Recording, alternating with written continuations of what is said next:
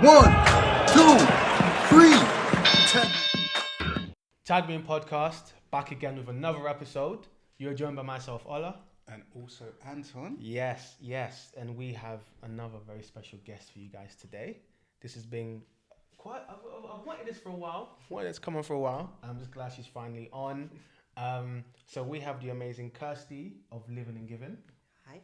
Yes, hi guys. So just to give everyone a sort of a little intro to Kirsty and Living and Giving. I don't know if you remember how we met. It was... Francesca's event. Yeah. So we met at an event and someone just said, speak to Kirsty. Because I was kind of talking about, impact within the community and what I could do. And then I just had this conversation with you and I just remember thinking, who is this? Yeah. I was like, who is this? I'm like, yeah, look, we're meeting up again. But Living and Giving, I know is a platform that you run. And you've been running it for a while, and it kind of goes into kind of banking positive memories and impacting lives worldwide. Yeah.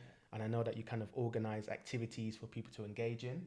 And then the benefit of that is that people come out, they have lots of fun.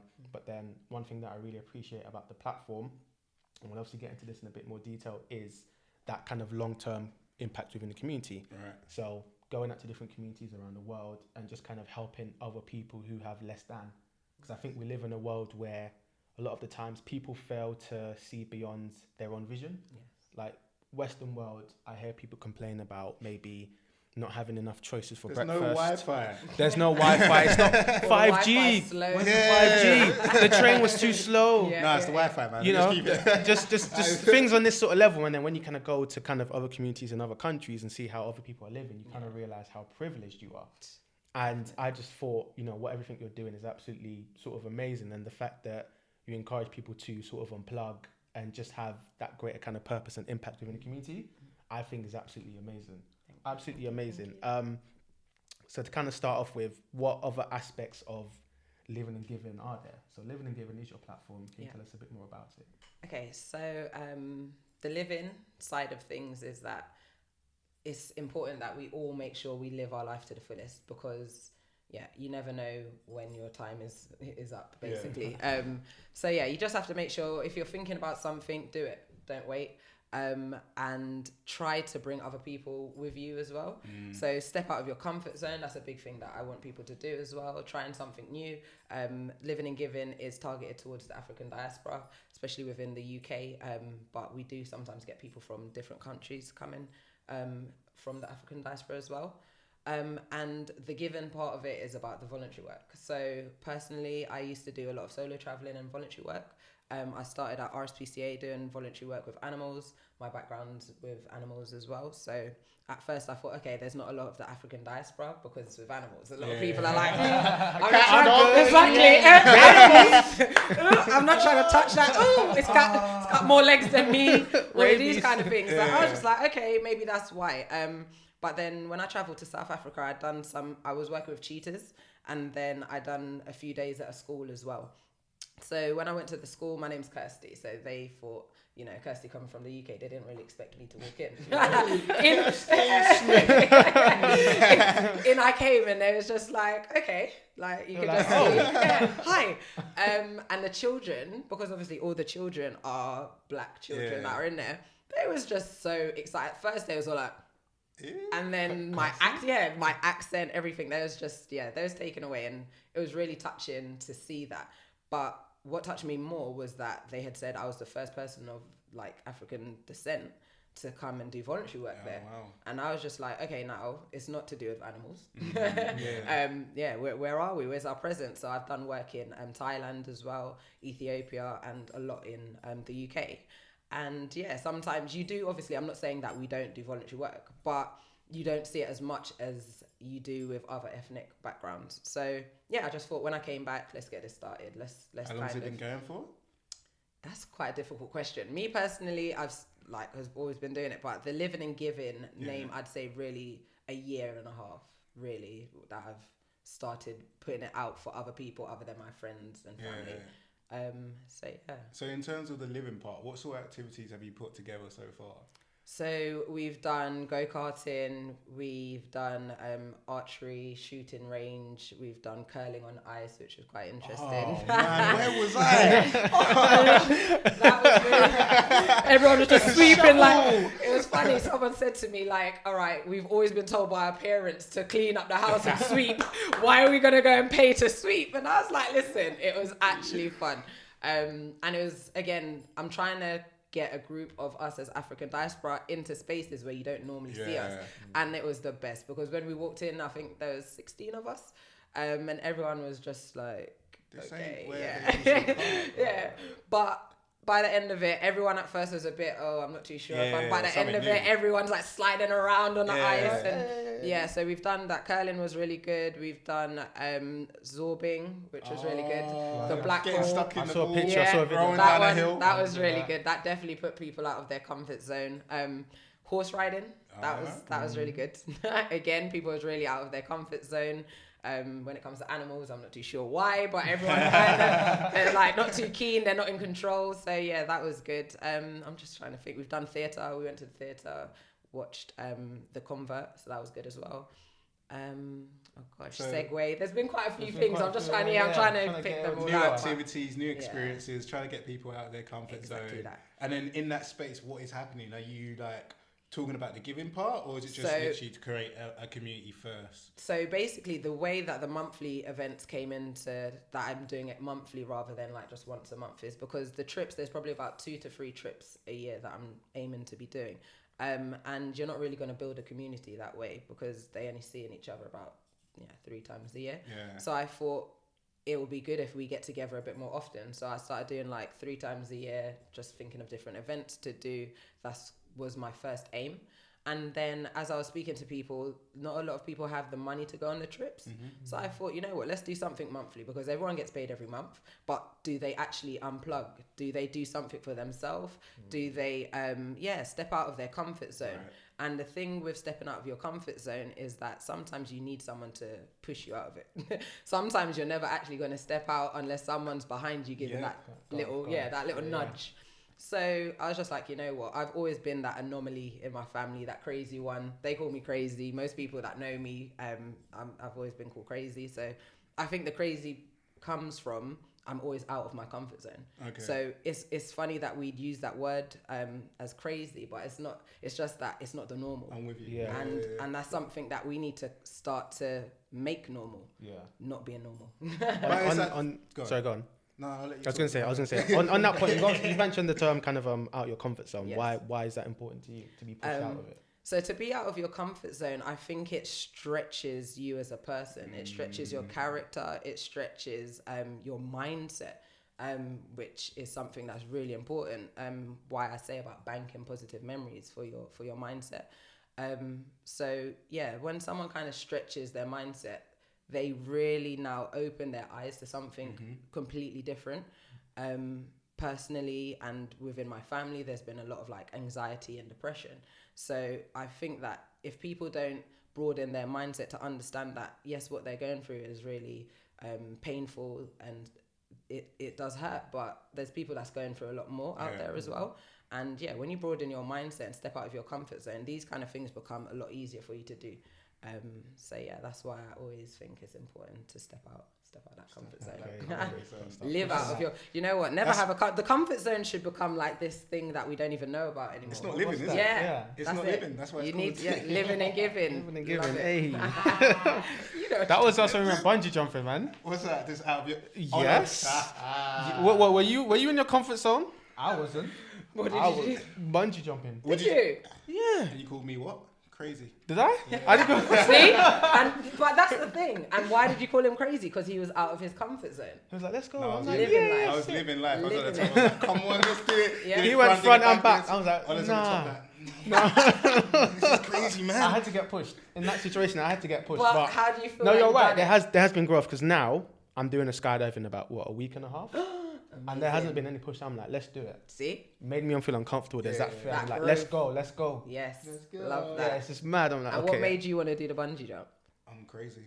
I like doing stuff like that. Yeah. I like that whole adrenaline rush. Also, there is that element of fear that I do get, but it's just knowing that I can overcome it. And like you say, growth, you know, growing as a person, knowing that I can. And then it's also preparing you for the next challenge that might come, you know, in front of you, and how do you overcome that? And the next one, the next one. Because that's what living is for me. If you're living at a stage where life is just normal. There's no change. Are you really living your life to the best that you should? I use the analogy quite a lot of the time that I feel like sometimes we have like a light in us and we've been given this body, which is a vessel. How are you using that body? How are you using your mind? What are you doing to make sure that by the time you die, you can go, you know what? Yeah. I lived, you know? Yeah. I lived a good life. Yes. Yeah. That's what I'm thinking. So sometimes you do see other people who are just content, that they're happy where they are. Yeah, that's what I was going to say. I was going to say it can be quite subjective in that we all define living in different terms. For some of us, it is going bungee jumping, skydivers. For other people, it's trying wholemeal bread instead of that plain. Yeah. It's it's different for everyone, isn't it? But So they it's stepped out their comfort. The main thing is it's them the main thing is it's them stepping out their comfort zone. You know what I mean? So at least they stepped out their comfort zone. I guess with making bread, you can live and you can give it to yeah, please. You want the loaf? Yeah. All right, cool. Let's go. You want that sourdough?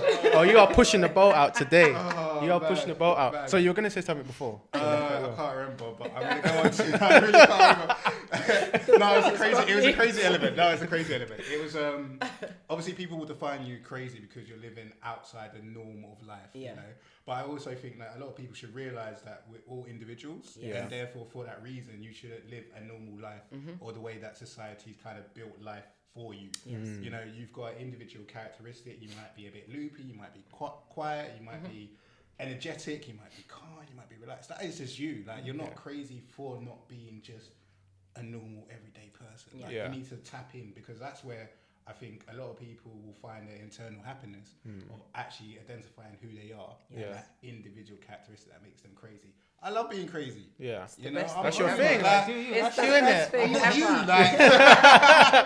Yeah, like you got your own crazy. life. Ever. Okay then. Thank you. And Cool. you're normal. Wow. That doesn't sit well with me. Yeah. So I harness it, and I think that everyone should try and find whatever someone's going to define you as crazy for. Whatever it is, just live with it. So Just do your thing. Crazy, loopy, whatever. That's you. Take that. Just don't harm anyone along the way. That's Yeah. the most Love important being thing. a weirdo. It's true. You know, on the impact No of harming. of like giving and doing for the community. Obviously, me and Anton have done. I don't know if you're familiar with Crisis. Yes, Christmas. yes. Yeah, we've kind of done that where Oh, you kind of go out and help out over the Christmas period, helping people. And I know we've kind of spoke about how we felt about the experiences. So just for me, doing that, seeing the smile on people's faces, hearing people's stories about how they've had a family, they were millionaires, they've lost it all, and now they're in this position. The satisfaction that I get. And the craziest thing is, I've just given them 2-3 hours of my time. I've given them 2-3 hours of my time. I haven't spent a penny. Not that there's an issue with that. I've given them a biscuit and I've just given them my ear. I've listened. Yeah. And seeing the smile on their faces has just made them light up, and it makes me light up. Yeah. Can you think of, like, how is it for you when you do it? Because after you're going to all these different communities and you're helping these people, you're like, you must be feeling, sky high. Yeah. To be honest, another thing, like I never like to use the word helping, because what I like to use is we say impact, and the reason I say impact is because they impact me way more than I could ever impact them. They've taught me way more than anything that I personally believe I've taught them.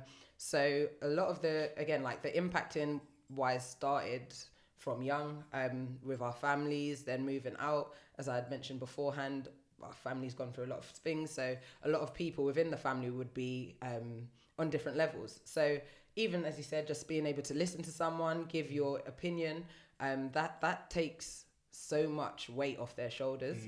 So now when we started traveling to different countries, I think the main one for me was when we went to Ethiopia, to an orphanage.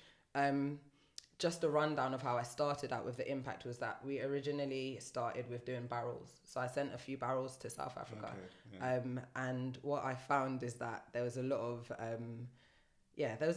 money that I didn't expect to be paying out to, like, storing the barrels in customs and different things, the barrels of clothes and resources that we had sent over.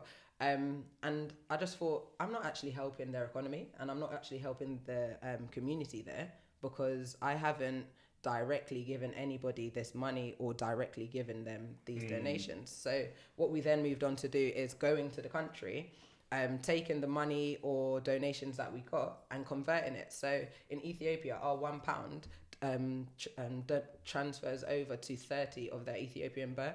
So that now was we raised £1,000, so that was 30,000 So completely different. What we could have done here, when we went to Ethiopia, we went to a school, bought resources for all of the classes, which was really good, as well as the orphanage, which really touched me.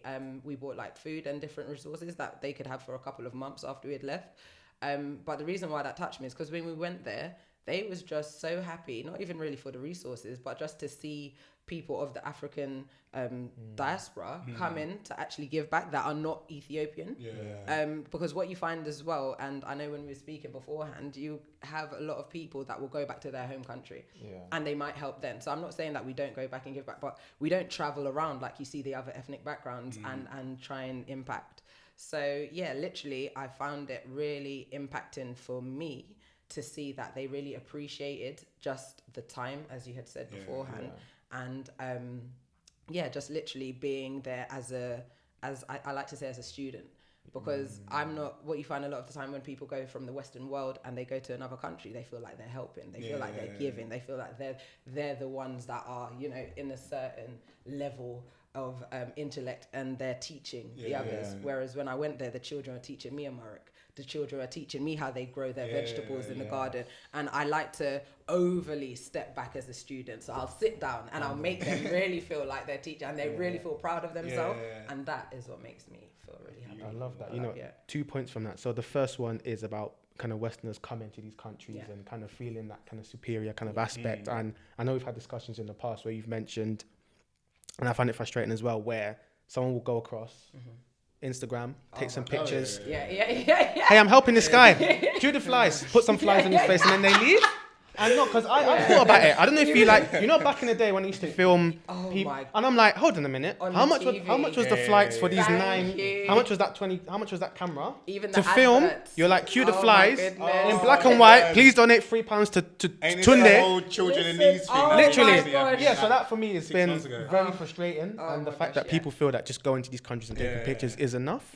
And then the other point you mentioned, which again is sort of relating to children in need and all these charities, is that my concern or my issue with why I haven't kind of given as much to some of these charities is, but where's the money going? When they've gone into it, they've apparently the amount of money they spent on just the advertising, and I'm like, or even personally, as I said, this is a social enterprise, so it's not actually a charity; it's a social enterprise. However, what's the clear difference? Okay, so like the social enterprise is that. I would then use some of that money for resources and other things. Not all of it goes as a donation. So resources now would be, for instance, the monthly events and stuff like that. If I'm gonna so it's sustainable in a way, as opposed to a charity where it's kind of dependent on donation. Exactly that. So what I basically do is the monthly events that we set up, actually I don't think I mentioned it before. So the monthly events, as well as it unplugging people, allowing people to bank positive memories, they are fundraisers. So, but I don't say it to people. I don't say, oh, you've donated this. So what I do is I contact a load of the variety of organizations, and then I ask them if they do group discount. And from that, I'd use that money then to be a donation for resources. So it's like a win-win for everyone. You get to do something as well as you're helping out within the impact. But I'm so glad you touched on that topic, because the more I researched into voluntourism is a big thing that they call it. Voluntourism. Like I could put my hand up. I was part of that. Like as I said beforehand, I've done a lot of voluntary work abroad, and I've done it through different organizations. Not going to state names, but it was really expensive. I'm talking like I've spent nearly £2,000 for like 2 weeks or something, for me to literally just only volunteer my time, not see the country or anything like that. And that's why when I came back and I was speaking to a lot of the African diaspora, different age groups, different backgrounds, some, more wealthy than others, they all said to me the reason why they haven't gone to do voluntary work is because it's too expensive. That's the big thing I was going to say. And even though I agree with that, I also had to, I've made this survey, which at the end I'll be asking people to come and do a survey with me. I made this survey, which kind of, it opens people's minds up. So I'm not going to say what the questions are, because I don't want you to start pre-writing down your answers and stuff. But basically it opens people's mindset up so they understand that they do have money. We as a people and as a community have a lot of money. Like 17% of the UK, I was doing some research, 17% of the UK within the black household are above £1,000 a week. So that's a week, you know what I mean? So we've got money. Yeah. It's just where are we putting it? Yeah, and why are we putting it into certain things, especially if it's helping other, not just saying this is all about, let's just only work with black community, but let's rise ourselves up to a certain level that we can be on the par that, if you want to start buying from here, there and everywhere. Yeah. You're not going to be kind of stamping yourself out. So that was definitely something that I started thinking about with regards to you saying about donating to other charities. Yeah. Because what I found is that the CEOs of a lot of these charities are millionaires. Yeah. How's that possible? How can you be, I don't know, how can there's still poverty out there, but you're taking millions? It's the justification. It's my job. No, it's just my job. It's my job. I care. Yeah. If you want that money, you can have that money guilt-free in a corporate environment. Go to that environment. Why be in this environment? Because you're directly taken away, and you're still saying, but donate, guys. Donate for these people. Even I'm gonna get my slice of the pie. Yeah. But donate. There's people that are donating, especially like the elderly as well, that are donating. They're not even eating. They're eating basic foods. Yeah. Everything's got the little Tesco value or Asda value, all of these things. You know what I mean? They're going to shops like they can't even read what it says on there just to make sure they can donate. Written in French. Yeah, they're like, this looks like beans, but it will feed me because I need to donate. And then you've got the CEO who's there eating the organic, best premium, do you know? Steak. Living life, T-bone steak. I'm just like, we can't have that. So that's why, again, I thought I just want to start something for myself. And I didn't want to start a charity because there's more than enough out there. Hence why what I do is I just rally us together. Let's go out there and let's see who needs our help. I like that. But even on that, do people know? So when you kind of do the activity, so the horse riding, for example, do people know that they're just doing more than horse riding? Do they know that this money is going to like South Africa to kind of fund books and that sort of thing? So this is something that I need to be a bit more better with, because I want, even though I'm here and I'm speaking, but I want Living and Giving to be like a faceless movement.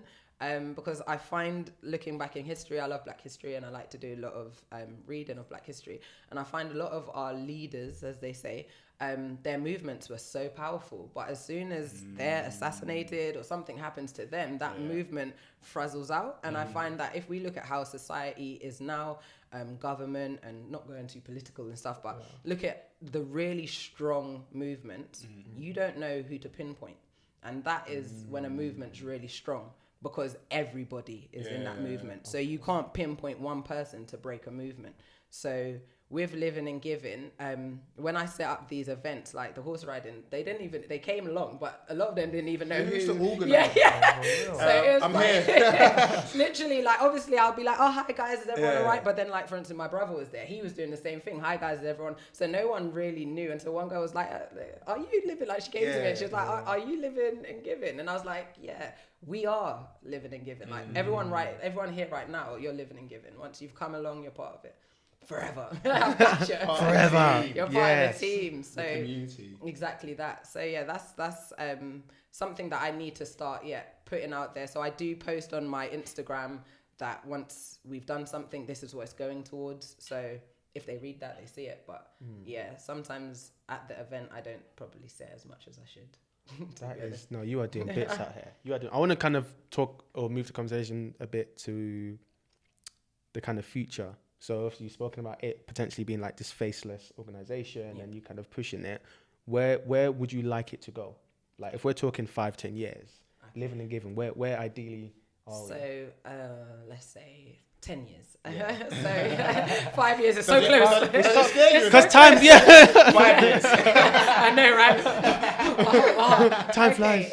So 10 years. I'd love to have bases. So I'd love to have in each, my main focus, the countries that I'm focused on, the continent that I'm focused on is Africa, as well as South America, as I'm not too sure if people know, but out of the continent of Africa, South America has got the highest population of the African diaspora. So that was, again, somewhere that I really wanted to go and learn our culture. And I really did when we went to Brazil. We went to Rio, just came back from Salvador as well. Wow. So the culture, they're really in touch with their culture. So that was amazing. as well as the Caribbean. So my background, my dad's from Barbados, mum's from Montserrat. So that's another place that I really want to target, because you find, again, Barbados, soon as you say that, oh, paradise, wow, oh my God. But there's people that are going through a lot there. People that don't eat, people that are on the streets trying to sell stuff just to feed their family. And this is what I want Living and Giving to really, to really show people that any country you go to, there are people that have less than. So don't just go to a country thinking that, you know, this country's rich, or, you know, everyone there's living good because they live in Barbados or whatever country we're talking about. Because everywhere you go, there's people that need that helping hand, or, as you said, like just someone to listen. That's basically my mission. But in 10 years, I'd really love to have bases, and I don't want to be in hotels when we go. I want to have like properties that we go to, so it's more community based. You know what I mean? People are living together. Exactly. Again, it's all about us as the African diaspora owning stuff. So I really want to start owning more properties abroad. I've got my first timeshare in Barbados, so that's next year. We've got something that we're going to be going there. So I really want to start owning things that we could have people go to in other countries, and help them and build opportunities for the people in the country. So as soon as you have a property, as soon as you have a B&B, someone's going to have to run that. So that's building opportunities for somebody in that country. So those are jobs that are there. So that's like the big goal. Yeah, 5 years. Scare a bit. 5? Oh my God. 7.5. No, these are sounding like extremely sort of powerful. I'm here to be a part of that, because it sounds absolutely amazing. Another thing I did want to touch on is, we obviously spoke about other people in other countries having less than us. So we're talking about the Western society, Western world. We live in the UK, Western world, and me having lived in Nigeria, I definitely say living in the UK is a privilege. Even for me, I'd rather be poor in the UK than poor in a place like Nigeria or somewhere else. And I had this discussion with one of my friends whose wife is from, I think it was Poland or somewhere in sort of Eastern Europe, but she said she'd happily be poor than sort of be middle class or poor in certain other countries. And I understand why. On that kind of basis, how important is it for people here to understand that privilege? Because there is that argument of there's that argument of actually I got my own excuse my French, I got my own shit to deal with. Do I really have to worry about them man there in you know, South Africa, or those people in like you know, those kind of countries? Do I have to? I got my own. So where's that? Because I feel people still, this is my opinion, should at least be aware. I'm not saying you have to give all your money, but I think if you're at least aware that, okay, you know what, I have got it good. That for me, I'll take that. I love that. So basically, touching on that is that the monthly events are for those kind of people. So that is it actually was quite my character, because this is my passion. I get very frustrated when I come across these kind of people. We're getting there. You're touching nerves now. So what's your thoughts on charity? I know what. I don't care. Basically, so like in 20 my years, name's Charity, so and then hopefully I can start giving back that way. I kind of like, if I see someone on the road, I give money that way. See stuff like, but this way, when I'm saying, when we talk about charity, we always go straight to money, and to me, as I said, it's not money. It's a community. It's about, as I said, we were speaking beforehand, but even we've got the internet. Even if you spoke to somebody or you went on to a country and there was someone that, you know, they done amazing artwork and they was living on the streets, take a few pictures of their artwork and put it on your Instagram. That's what, you know what I mean? That was no money. So when I say frustrated, I'm not frustrated at people not giving money, because I understand that some people here are struggling. Like they might have 5 or more children, or even without children, but when you got children, it's difficult, and you can't be thinking about giving them money because your kid ain't even eating, you know what I mean? Or your kids, pressured, they don't have clothes or different fits. So when it comes to money, I'm never that person, and I'm not gonna like try and guilt trip people like, oh my gosh, you have to pay money. And that was another reason why I made Living and Giving about doing events and fundraising without asking for donations, because I hate asking for money. Like when we done the Ethiopia trip and we was asking for money, that was a struggle. So even then I didn't ask for money. Exactly. It's so true.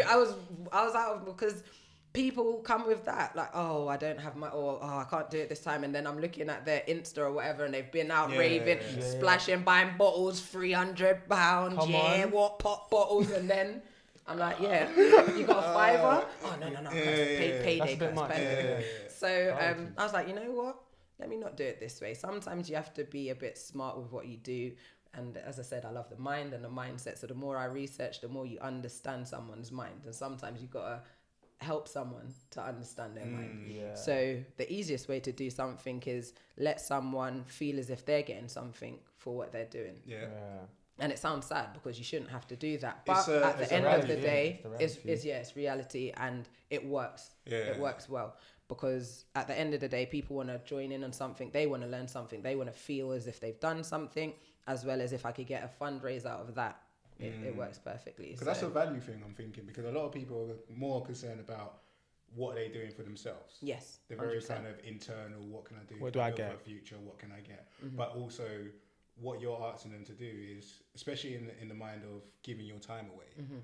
That's a currency again. Yeah. Giving money away, that's a currency again. People are not willing to give that away because they're in their own little hustle. What they value, yeah. Thing. But if you can do it in a way where you can they can give their time and not feel like they're giving their time, and also they're giving their money, not even realizing they're giving their money, then it makes perfect sense. So that's why those monthly events does work. Yeah. My thinking now is, how do you promote that message whilst people are coming? Do they actually know what's happening? Yeah. So now I know people are getting, being told afterwards, but do they actually know what's happening now they're here? Right there. Do they know that, oh, you know what, this is fun? Yeah. But I just donated £10 as well. Wow. That was good. Yeah, no, that's something that I'm definitely going to have to mention a little bit more for people to see, because what I try and do is steer them, as I said, to the social media platform or somewhere where it's not me personally saying it. They're kind of reading it for themselves, because what I know and what I find, us as human beings, you could say a lot of stuff to people, you could speak a lot, but they don't take it all in. Someone learns a lot more, and they keep the memory of something a lot more if they read it and learn it themselves. Yeah. So if I keep saying something, they're not going to really hear it. So if I could put them there and they've seen a picture of themselves or a video of themselves, and then they read the caption and they realize, oh wait, that's me in there. Oh, it went towards this charity. They're going to keep that with them a lot more than me constantly saying it. So that's kind of how I'm trying to move it, where I'm just trying to build the community. I think the more the community build and the more people start saying themselves, so they've come to an event, they've seen that they've done this, then they say it to somebody else. It's going to be in someone's in someone's memory bank a lot more than me saying it. I was going to say, has there been any backlash? Like, because with charities, sometimes I'm like, oh, no, I don't trust you. Where's that money the CEO's taken? Has there been any kind of like, what? You said we was going horseback riding.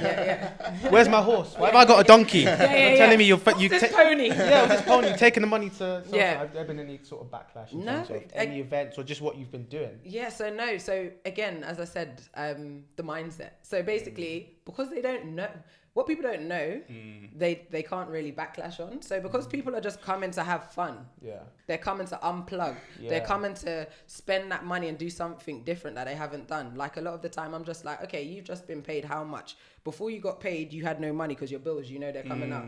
But you know what? Take that little £30 and do something for yourself. I think it goes deeper than that, because financial education is a big piece as well. Yeah. Because I speak about money jars. You've got different jars for your money. So you say, just put 20% for expenses. If you put 5% away for charity, then you have that pot naturally. So when that time comes, you can give money. So for me now, I structured it in such a way that every month that 5% goes to a charity. So if I see a cause, 5%, that's really nice. So if I see a cause going on social media, I'm like, I support that. If they've got a fundraising, I will support that because I've got that fund there. Yeah. But I don't think people... I was going to say, it goes back to your value, as you said. So a lot of people, because you've got, again, back to your mindset, you've got that mindset of having the value and seeing the value of how that will help somebody. Whereas a lot of people are, again, as you said beforehand, about themselves.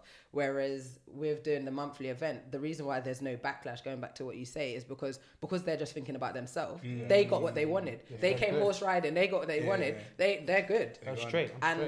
That's why I don't, again, push too much that, oh, you've done this donation and you've done this, because sometimes I think your ego doesn't, I don't need to stroke your ego, nor does my ego need to be stroked, hence why it needs to be a faceless movement, because at the end of the day, what you need to understand is that you just need to do something without needing that return. But if you're having your event, you enjoyed what you done, I don't need to say to you, oh, at the end of the day, you've done this as well. So well done.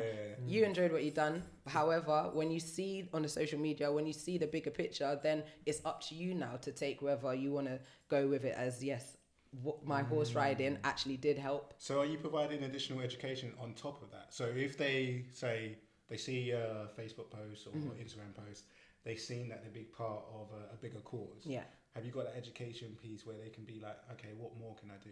So what I'd then say to them is that I'll connect them in, depending on what country it is. For instance, we've been to, even though I've done quite a few, as I said beforehand, like the Ethiopia, South Africa, and where would we just go? Sorry, Brazil. Yeah. So, but in Brazil now, what I'll do is directly connect them to the charity. So if they wanted to do more, I know the mission of that charity. They could directly now either go to the country if they wanted to, or trying to donate directly to that charity.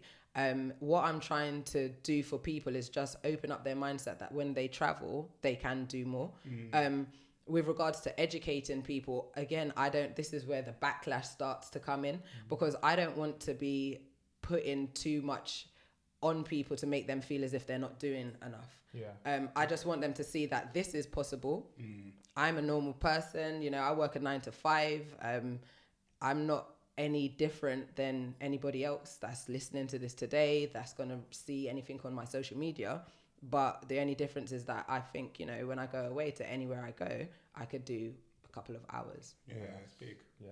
It's a mindset thing. Yeah, definitely a mindset. 100%. Yeah, because I guess you said that you want to be faceless as well. A lot of people will be inspired by the person behind it. Definitely. But I think it's important that you have a brand that kind of speaks for itself, because there's a lot of social enterprises out there that we probably spend money to, but we don't even know their cause. We just know that we're buying a good product, and that's all we care about. But not knowing what's going on in the background, and I think that's a perfect thing. In terms of being inspired, what's inspired you to be part of, to build a community, to be part of a community, to give back? What was that kind of? So now for like who Kirsty is. So basically, from young, my mum's always been someone that would help everybody, and being her little sidekick, I was always there with her. Literally, I was always there, dragged along. Like she'd look after. She was a childminder. She used to look after old people as well. So we was always helping people. So that was something that was like kind of engraved in me. Likewise with my dad as well. He's like a comedian. He's always he's always there just to make someone laugh. So I just think it's something that was kind of engraved in me as I was growing up. And then, as I said beforehand, we've gone through tragedy. So like when I was 9, my brother was murdered. So that kind of is what kicked in the monthly events, making sure we bank positive memories, because a lot of my family went through, like everyone, not even a lot, all of my family went through depression. Some still through it now. Some haven't even come out of it.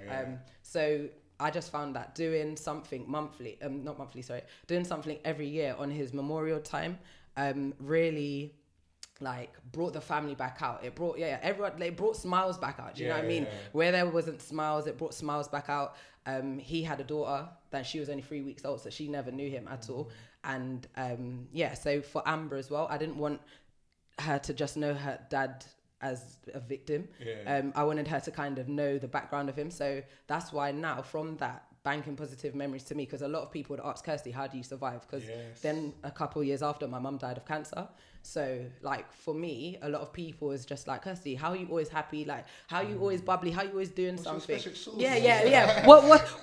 that seasoning you use? To kind of keep you still going. So for me, I really sat back and thought, and what is it? And it was just that whenever I'm low and whenever I'm down, like, even though people look at me and they think I'm always happy, like I go through the worst stages. Like sometimes I don't even want to leave my room. Do you know what I mean? Everyone's gone through some serious stuff. And for me, those really, really low times that I'm thinking of the maddest things, I'd think of those memories like that. We've done this, or we've done that, or I'd done this. And that brings you back out. And then I was thinking a lot of people come to me with their problems. And a lot of these people, they don't have nothing. So I'll be like, okay, but think of the good times. And they'll be sitting there and they're struggling. Like their family either don't do family events, their family don't have the money maybe to do it, or no one's there to set it up. And I was like, wow, banking positive memories really eases stressful times. And that is my saying. Like I say that all the time. So I think that is why I was just like, you know what? It's not just about me. It's about like the community and my family, my friends, everyone around me, because like they really need to do more, and that's why I like impacting. So people. I guess on the banking those memories, are you a person that writes and reflects on those days? Do you have like a gratitude journal, or are you a person that takes loads of photos and you're able to look back, or is it just memory? Yeah, no, photos, definitely photos. Yeah, I'm a photo person. It was funny because as I was younger, looking back at I used to write, but my writing was all angry. I gotta be honest, like today, before I came here, I was like, I'm gonna be honest, and I'm hoping anyone who's listening, they could be honest with themselves as well, because a lot of my writing, reading back, it was always angry. I never wrote down, or I never took anything that was happy. Like in those times, I'd have amazing memories and stuff, but I'd only write down angry things, and that made me think like, Kirsty, you're only allowing your subconscious mind to hold on to the anger. You need to stop that and allow your subconscious mind to hold on to the good memories and bank those positive memories. So now this is what I talk about a lot. Anyone that knows me, who's listening, they know I'm always talking about the brain, the hippocampus, your memory region. Like I love all of that. And basically I just, your memory and your subconscious mind, basically it's all about what you keep thinking about. So if I keep writing down angry things, if I keep thinking about the bad times of life, I'm going to keep putting that into my subconscious mind. And just like any muscle in our body, if you keep working that, it's going to get stronger. And that's why negative minded people have a really strong negative mind. Because they're building it. Every time you keep thinking of that negative thing, you're building that muscle. So you need to keep thinking about those positive things to rebuild those muscles, and it can be done. So. Okay. And it's like a muscle again, it will take time for you to kind of weaken that negative thinking and strengthen that positive side. Definitely. For me, one exercise is the daily gratitude, just reflecting on what I've achieved or what's happening or what I'm thankful for. And over time, it's like that incremental steps. Over time, compound. You're like, you know what?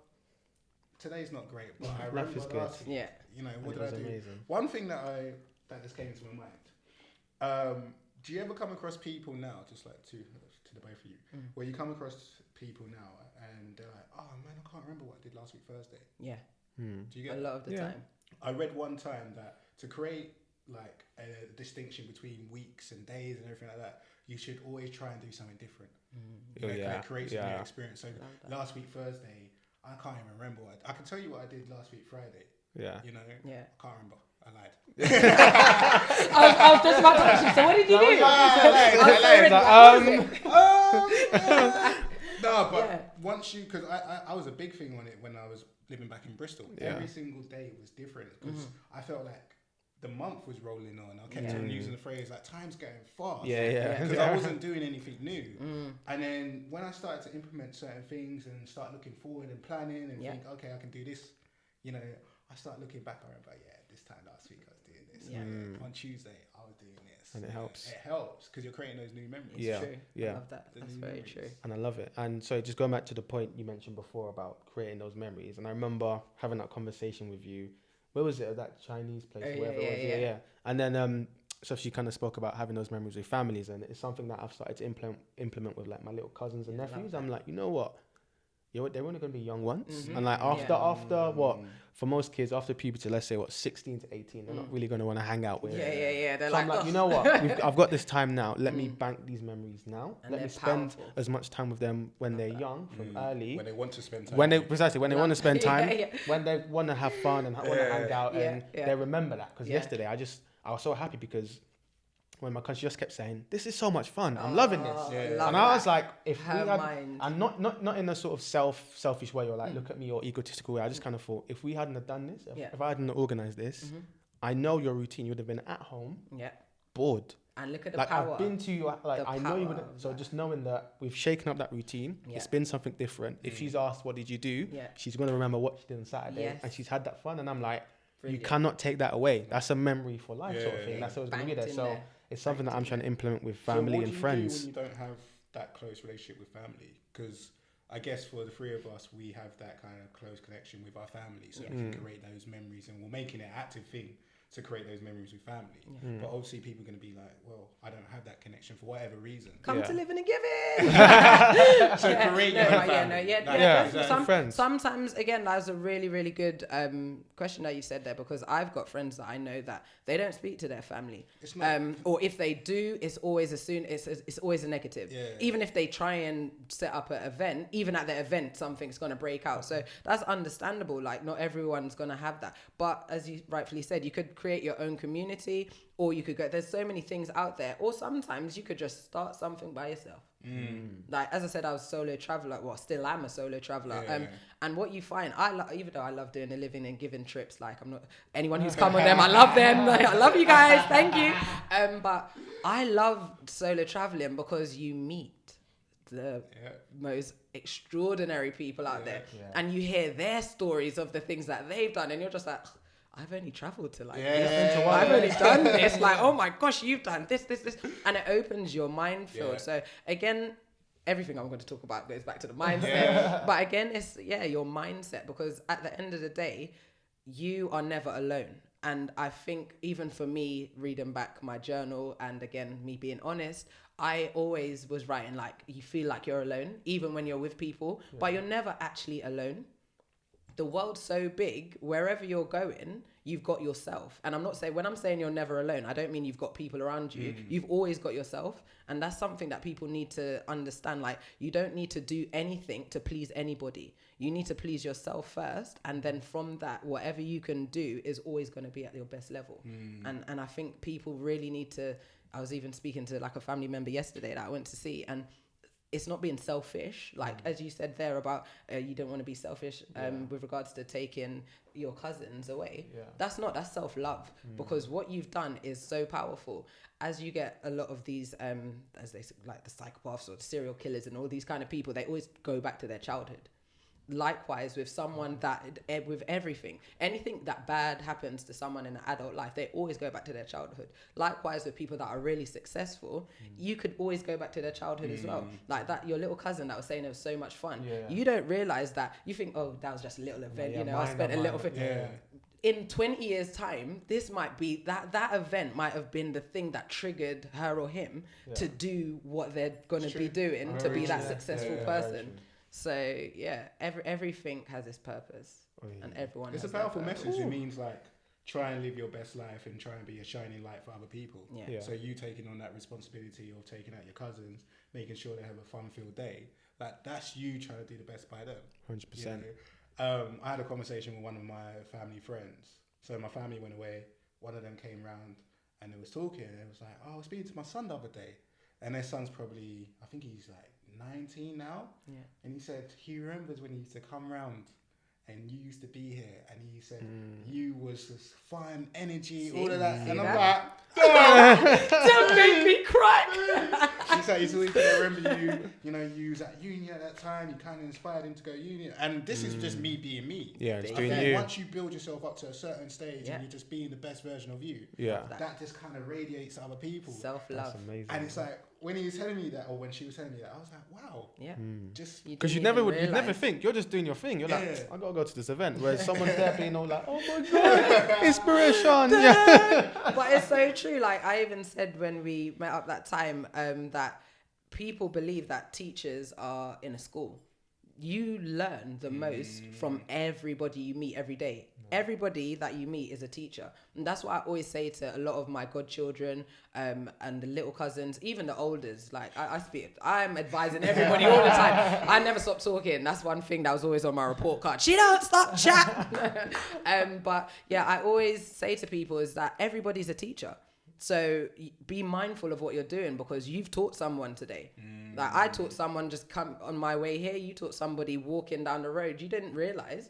Might have been the way you was walking, the way you answered your phone, something that you done, the way you looked at them, you smiled, but you taught them something. You gave them a memory. And that's what people need to understand as well. If you start thinking like that, you'll be very mindful of the things that you do and the way that you act and the energy that you give off to people as well. I think that's something that we need to really think about. But yeah, I love it. That was a powerful message. That was powerful, man. That was powerful. I'm like, wow.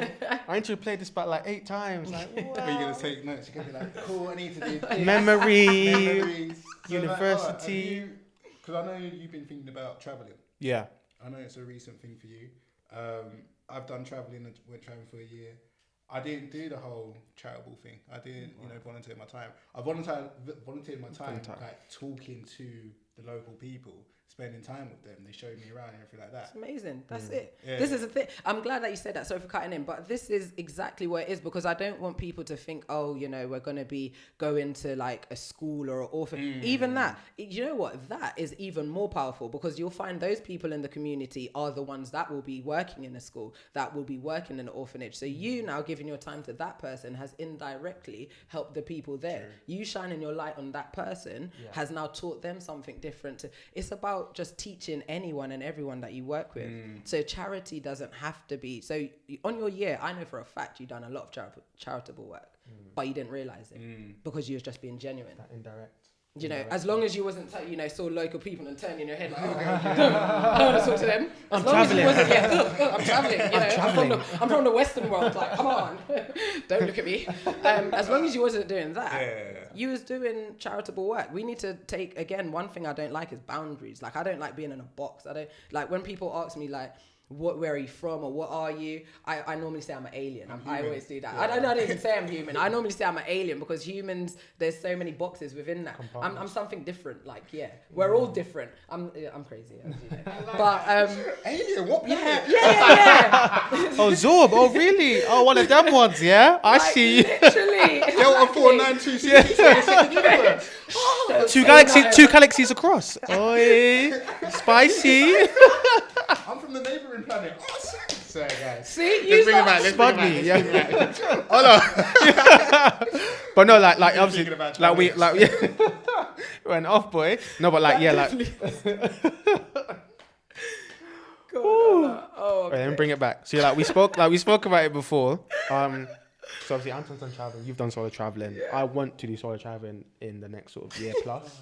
And for me, one aspect that I said I definitely want to do is combining the charitable aspects. Like, I don't want to go to all these countries and come back and be like, I've got my pictures, I've got stories. I want to be like, I've gone to this country and I know firsthand that Michael in wherever has got a school bag, has got this, has got the knowledge, knows how to express his emotions and share and talk to his teachers. Because again, not because I don't want to say me, but I've been there and I've done this and I've helped out and I've done it firsthand. I haven't given the money to a charity.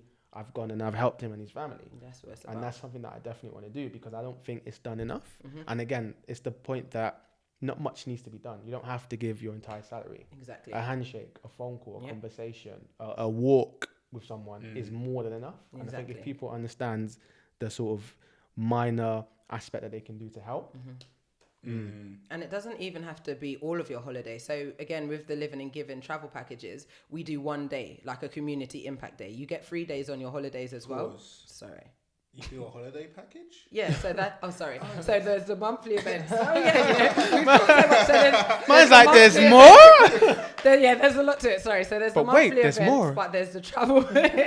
something I made earlier.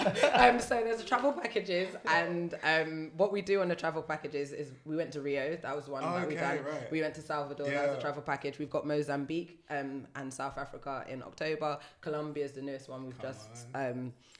announced for next year. But the travel packages are about you being one with nature, so we make sure we get that in there, learning Black history, really understanding the culture of the country, doing an adventure. So we done like hang gliding, and that was the best, seeing people really literally jump out of their comfort zone. Like, that was the people who were just like, am I doing this? Yeah, I'm doing this. Am I doing this? Like, I see you were like, wait, I was giving it all in this. I'm like, yo, she's loving this. She was like, ooh. I'm like, where they at? Hang gliding is the one where it's that big triangle thing, yeah, that's the one, and you just run off the cliff and then you do it by yourself, there's no one else. No, there's someone. I'm about to say, health and safety, health and safety. Cool. I'll run off. But, and it's like, and there she goes. I'm about she to was dive a nice girl, gave her life away. Yeah. She did so much. And she gave And that was it. And obviously the main thing, we do the impact. So again, I want people to understand is that you don't have to, it's not like, okay, my whole week I'm going to just be going to do voluntary work. Ensure that you go somewhere and see everything. You know what I mean? Make it a full package. Yeah. And if you don't want to do that, we do this for you. So join us. I like that. I do like that. Oh man. Yeah. So Ola, what's on your list? Countries or places? No, because next year, is it next year you get? Yeah. It will be, well, no. It'll be after November next year. Okay. So after November 2020. But I'm thinking maybe just stay for Christmas and then kind of start January, February 21.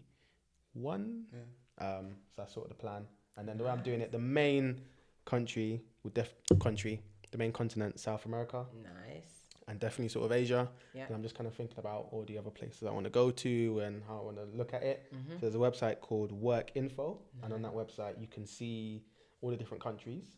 And it breaks it down by people who need help with their farm or their house. They need help building, or maybe there's been a flood and you can help kind of like sort that out. Or there's schools in like Malawi and different areas where you can go and teach English. So I'm just looking at which countries I want to travel to, the impact that I would like to have and like to give, and just generally how I can help people best. And I'm just going to be like, okay, this country, I want to help. That charity looks amazing. This family's like, So I'm sort of doing it like that. But like you said, I'm not just doing it entirely in that aspect. It's going to be go out, help out, have a bit of time for myself, and then kind of go to the next place and just help out as much as possible.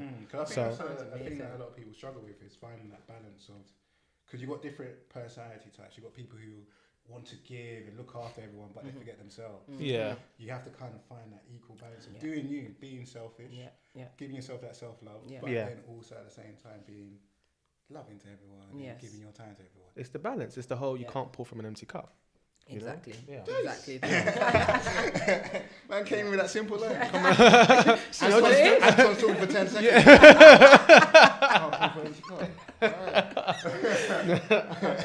Yeah, no, that's very true. No, that's amazing. I think we'll bring this episode to a close. I'm going to stop hitting the mic. But before we do leave and before we do kind of like plugs and that sort of thing, for anyone listening in, are there any sort of final tips or mantras or advice you want to kind of give out to people? So if someone is thinking about starting their own kind of their version of living and giving, setting up a charity or social enterprise, what kind of words of wisdom do you have? The first one that I'd say is to definitely write down your why. Like have your why, and once you've got that, everything else becomes a little easier, because you could always refer back to that for the difficult times. You could always refer back to that to kind of understand where you want to go and build from that. And as I always like to say, banking positive memories eases stressful times. So just make sure that if you're, when you're low, really think about the good times and just continuously think about that. Even if you have to write it down and put it on your wall, so every time you wake up, you read that. Even if you're not reading it subconsciously, you're going to see it. So it's going to be in your mind and it's going to build that positive mindset. Join us. I've got Instagram, Living and Giving, join us. And let's really try and build the African diaspora, doing a lot more for the community worldwide. What about this survey that you mentioned earlier? Oh yes, I'm going to put that on my... didn't forget. You didn't forget. I'm going to put that on basically how to get involved in it, because it's something that I like to meet people instead of just doing a survey online, because people will tick the boxes they think is correct. I like to meet you and see your facial expressions and see exactly what you're saying and if it adds up. So I'm going to put a link on my Instagram and my Facebook as well, which is Living and Giving. So follow there and you'll see the link. Okay, and also, go on. You're like scratchy, you said I cut you off. No, go on, I cut you off. Going back to the first point that you just gave, identifying your why. Yes. What is your why? So my why started off very, basically it started off as just living, because as I said, with my brother, my mum, my auntie, a lot of people passed away in my family and they didn't get to really live to the fullest. So for me, I'm just like, I have to. My fear is not living to the fullest. That's like my biggest fear. So I think people really need to make sure they live to the fullest, and that is what I have on my chart written as why. 100%.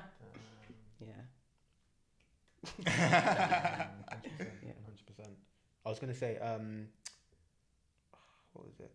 if people are interested, because obviously there is a WhatsApp group as well. Yeah, is that open to people? Yeah, definitely. If they wanted to join, how would they? So what they again, if they just message me on the social media, they can send their number, and then what I'll do is add them in the WhatsApp group, and then I just put the information in the WhatsApp group. I do highlights as well as my website.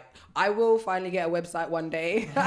So the website is coming. So once that's up and running as well, that will be on the social media platforms, and then from there we could really plug people in.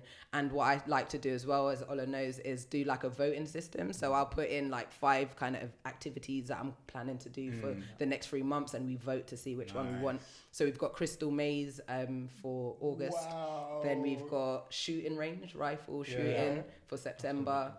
November, I'm going to do a voting again to see what people want to do. Every single month. Let's just see where we get with this. No, that is amazing. Thank you very, very much for coming down. Yeah, thank you for having me. No, thank you for coming. It was a great conversation. Yeah, just definitely. Kind of unpick all the different kind of aspects of the community and everything we're doing. And it was a good conversation. And I hope people can just kind of take value from what was discussed in terms of what they can do for the community, themselves, their families, and just understanding that them being themselves is sometimes more than enough. Exactly. It's the best thing. Love yourself. Self-love. Take time for yourself. Yes. And everything else. I'm loving that. Thank you everyone for listening in. As always, you know where you can find us. We can be found on Instagram, Facebook, Twitter, on YouTube. We can be emailed at info@tagmeinpodcast, podcast.co.uk. You can tell us that time. Every single time we try, it's like info@tagmeinpodcast.co.uk. I'm like, and as always, thank you very much for listening in. And that is us until the next episode.